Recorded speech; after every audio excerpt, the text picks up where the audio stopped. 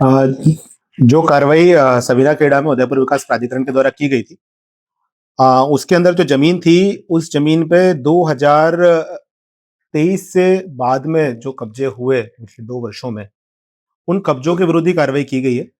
इसके अंदर जो कच्ची बाउंड्रियाँ, पक्की बाउंड्रियाँ, जो कोठड़ियाँ बनाई गई थी, उन सबको विशेषकर खत्म किया गया है। कुछ निर्माणाधीन मकान थे, उनको विधिवत नोटिस जारी करने के उपरांत कार्रवाई की गई है।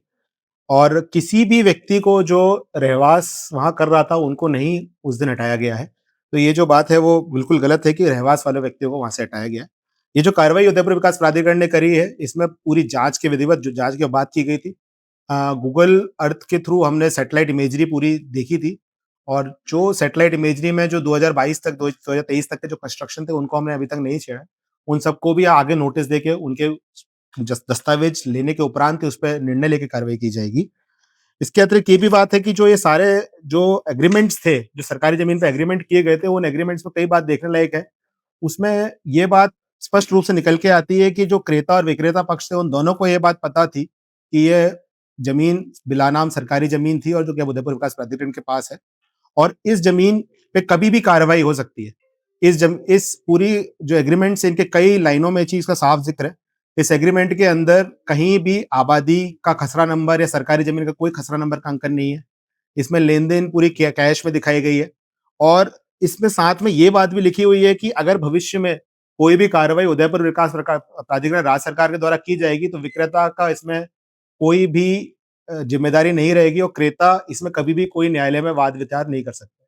तो इस बातों से स्पष्ट होता है कि ज़मीन जो होती है सरकारी ज़मीन है और इस ज़मीन के बारे में सभी को जानकारी थी।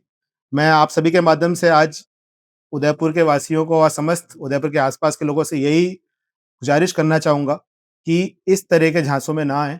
आप जो भी ज़मीन इत्यादि खरीदें, अपना निवेश करें, अपने परिवार के लिए, अपने रहवास के लिए खरीदें, उन सब में विशेष रूप से ये देखें कि कोई भी बिना हराजी के कोई एग्रीमेंट ना हो।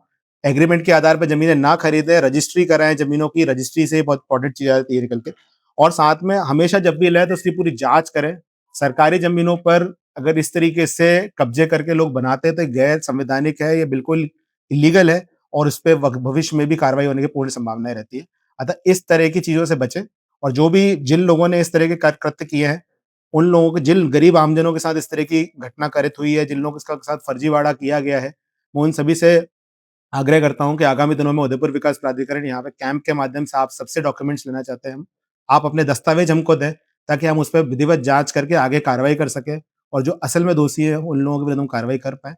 मैं यही कहना चाहूँगा कि आप हमेशा जो भी लोग खरीद रहे हैं सामान, उसका विशेष ध्यान रखें और इस तरह की चीज़ों में ना पड़ें। धन्यवाद।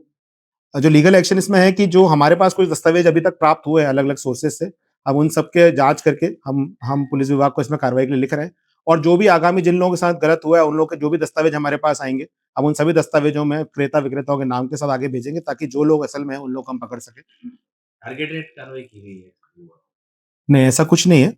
देखिए, टारगेटेड कुछ नहीं है। देखिए, उस दिन जो कार्रवाई की गई थी, वो रहवास को लेके थी। जिन जिन जगहों पर रहवास नहीं है, सबसे पहले उनको किया गया है।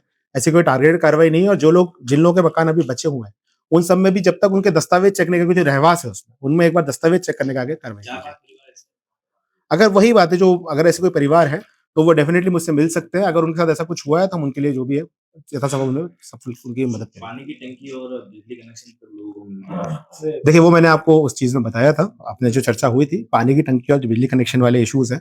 पानी की टंकी जो है, वो जल जीवन मिशन के अंतर्गत वहाँ बनी हुई है, वो पूरे गाँव के लिए है और बिजली कनेक्शन के लिए एबीवीएनएल को लिखा जा चुका है, उन लोगों के पास जो भी दस्तावेज़ उसके आधार पर